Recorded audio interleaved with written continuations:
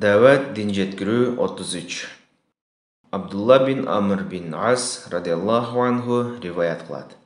Расулулла саллаллаху алейхи вассалам Курандагы Ибрахим алейхиссалам Аллага дуба кылганы жөнүндө бул аятты окуду.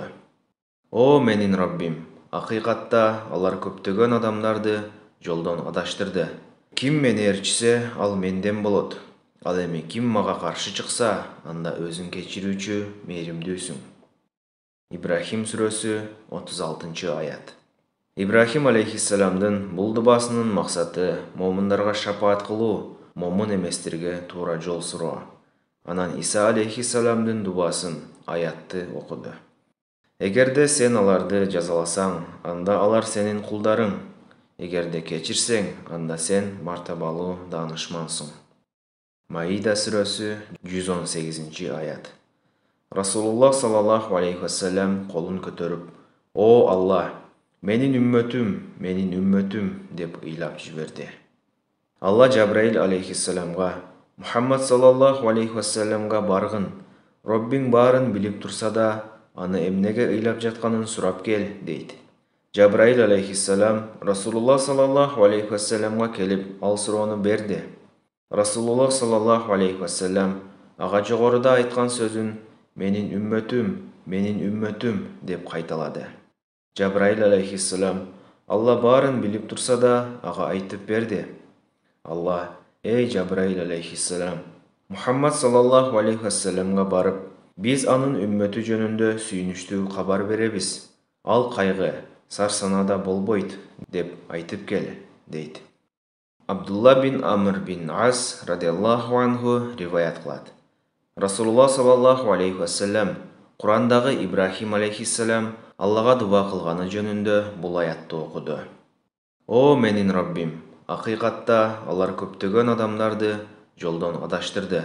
Ким мени ээрчисе, ал менден болот. Ал эми ким мага каршы чыкса, анда өзүң кечирүүчү, мээримдүүсүң. Ибрахим сүрөсү 36 аят. Ибрахим алейхиссаламдын бул дубасынын максаты момундарга шапаат кылуу, момун эместерге туура жол суроо. Анан Иса алейхиссаламдын дубасын, аятты окуду.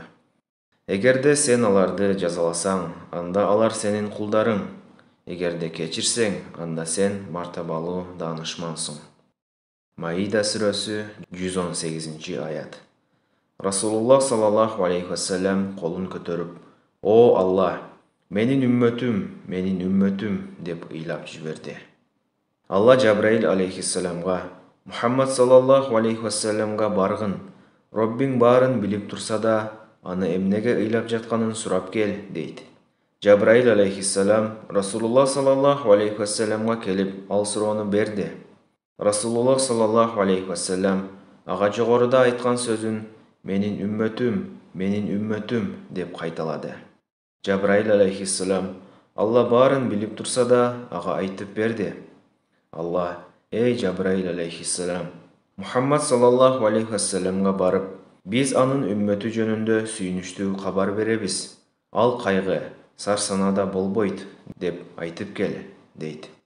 Муслим. Пайдасы.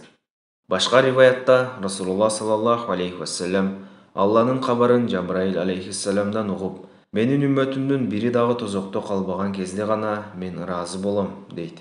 Алла баарын билип турса да, пайгамбарына көңүл бөлүп, урмат-сый көрсөтүү үчүн Жабраил алейхиссаламды андан сурап келүүгө жиберген.